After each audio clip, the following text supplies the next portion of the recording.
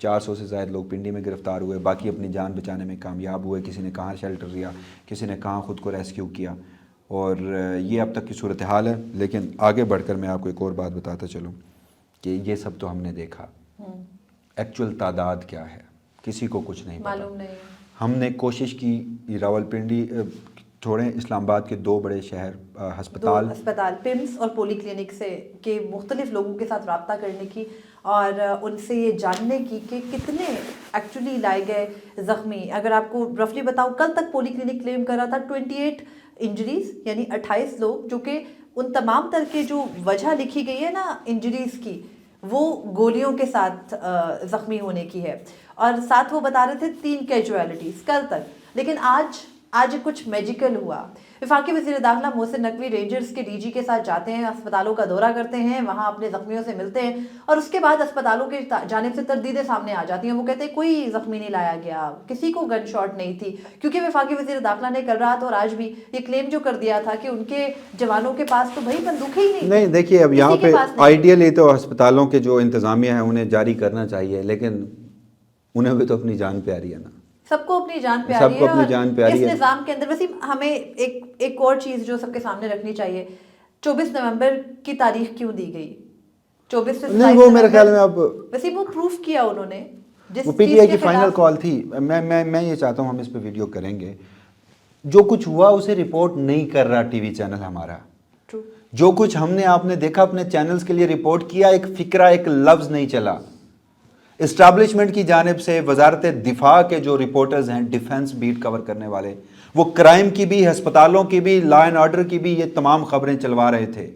وہ چلوا رہے تھے بشرا بی بی گرفتار, چلوا رہے ہیں ابھی تک. تو میں یہ سمجھتا ہوں کہ ہمیں اس پلیٹ فارم پر بیٹھ کر یہ سانحہ 26 نومبر جو ہے, یہ پاکستان کی تاریخ کا سب سے بڑا سانحہ میں سے کہوں گا. حیوانیت تھی ہر طرف, اور اس کا شکار پاکستان تحریک انصاف کے کارکن بنے تھے.